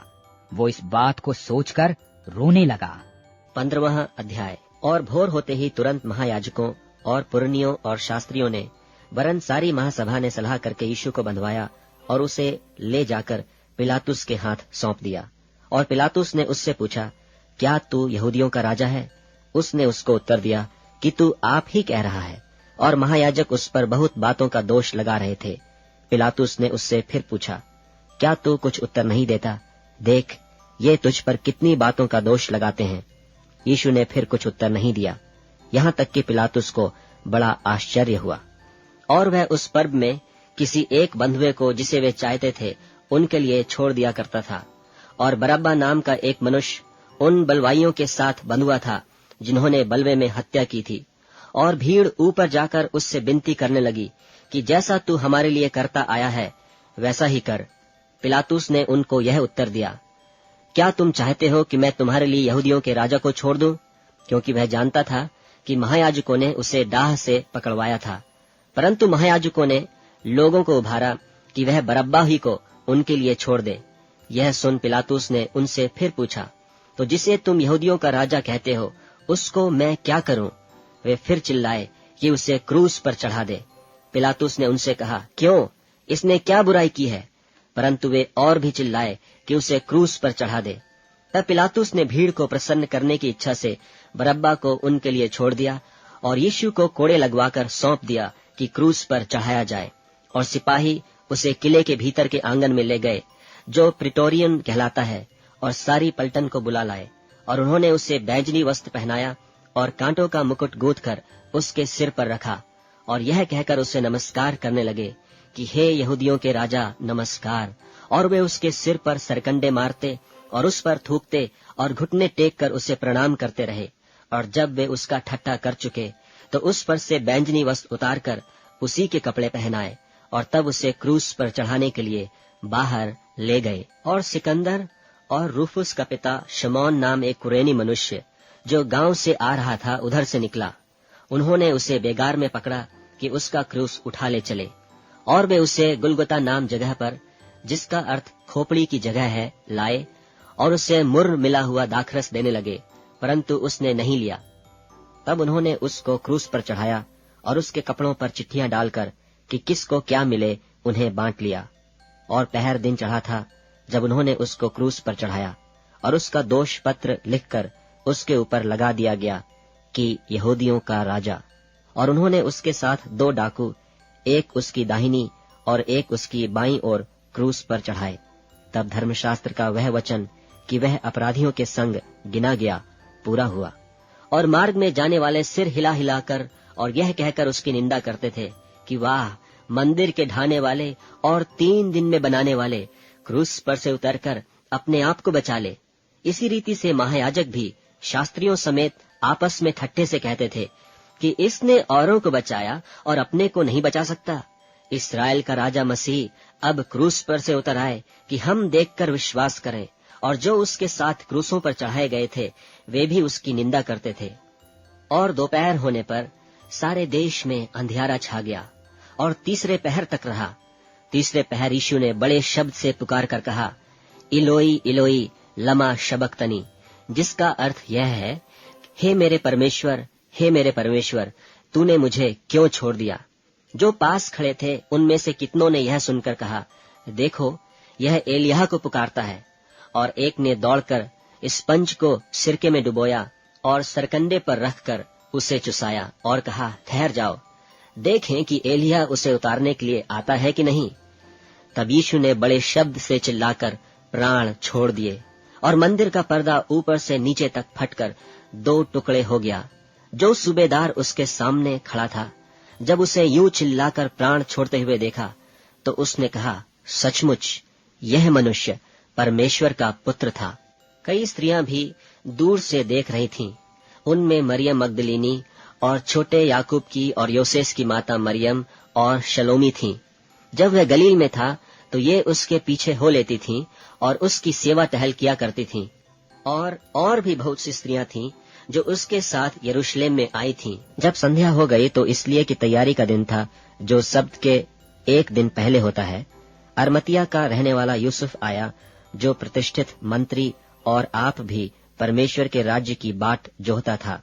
वह हियाव करके पिलातुस के पास गया और यीशु की लोथ मांगी। पिलातुस ने आश्चर्य किया कि वह इतना शीघ्र मर गया, और सूबेदार को बुलाकर पूछा कि क्या उसको मरे हुए देर हुई। सो जब सूबेदार के द्वारा हाल जान लिया तो लोथ यूसुफ को दिला दी। तब उसने एक पतली चादर मोल ली और लोथ को उतारकर उस चादर में लपेटा और एक कब्र में जो चट्टान में खोदी गई थी रखा, और कब्र के द्वार पर एक पत्थर लुढ़का दिया। और मरियम मगदलीनी और योसेस की माता मरियम देख रही थीं कि वह कहाँ रखा गया है। 16वां अध्याय। जब सब्त का दिन बीत गया तो मरियम मगदलीनी और याकूब की माता मरियम और शलोमी ने सुगंधित वस्तुएं मोल ली कि आकर उस पर मलें। और सप्ताह के पहले दिन बड़ी भोर जब सूरज निकला ही था, वे कब्र पर आईं और आपस में कहती थीं कि हमारे लिए कब्र के द्वार पर से पत्थर कौन लुढ़काएगा। जब उन्होंने आंख उठाई तो देखा कि पत्थर लुढ़का हुआ है, क्योंकि वह बहुत ही बड़ा था। और कब्र के भीतर जाकर उन्होंने एक जवान को श्वेत वस्त्र पहने हुए दाहिनी ओर बैठे देखा और बहुत चकित हुई। उसने उनसे कहा, चकित मत हो, तुम यीशु नासरी को जो क्रूस पर चढ़ाया गया था ढूंढती हो। वह जी उठा है, यहाँ नहीं है। देखो, यही वह स्थान है जहाँ उन्होंने उसे रखा था। परंतु तुम जाओ और उसके चेलों और पतरस से कहो कि वह तुमसे पहले गलील को जाएगा, जैसा उसने तुमसे कहा था, तुम वहीं उसे देखोगे। और वे निकलकर कब्र से भाग गईं, क्योंकि कपकपी और घबराहट उन पर छा गई थी। और उन्होंने किसी से कुछ न कहा, क्योंकि डरती थीं। सप्ताह के पहले दिन भोर होते ही वह जी उठकर पहले पहल मरियम मगदलीनी को, जिसमें से उसने 7 दुष्टात्माएं निकाली थीं, दिखाई दिया। उसने जाकर उसके साथियों को, जो शोक में डूबे हुए थे और रो रहे थे, समाचार दिया। और उन्होंने यह सुनकर कि वह जीवित है और उसने उसे देखा है, प्रतीति न की।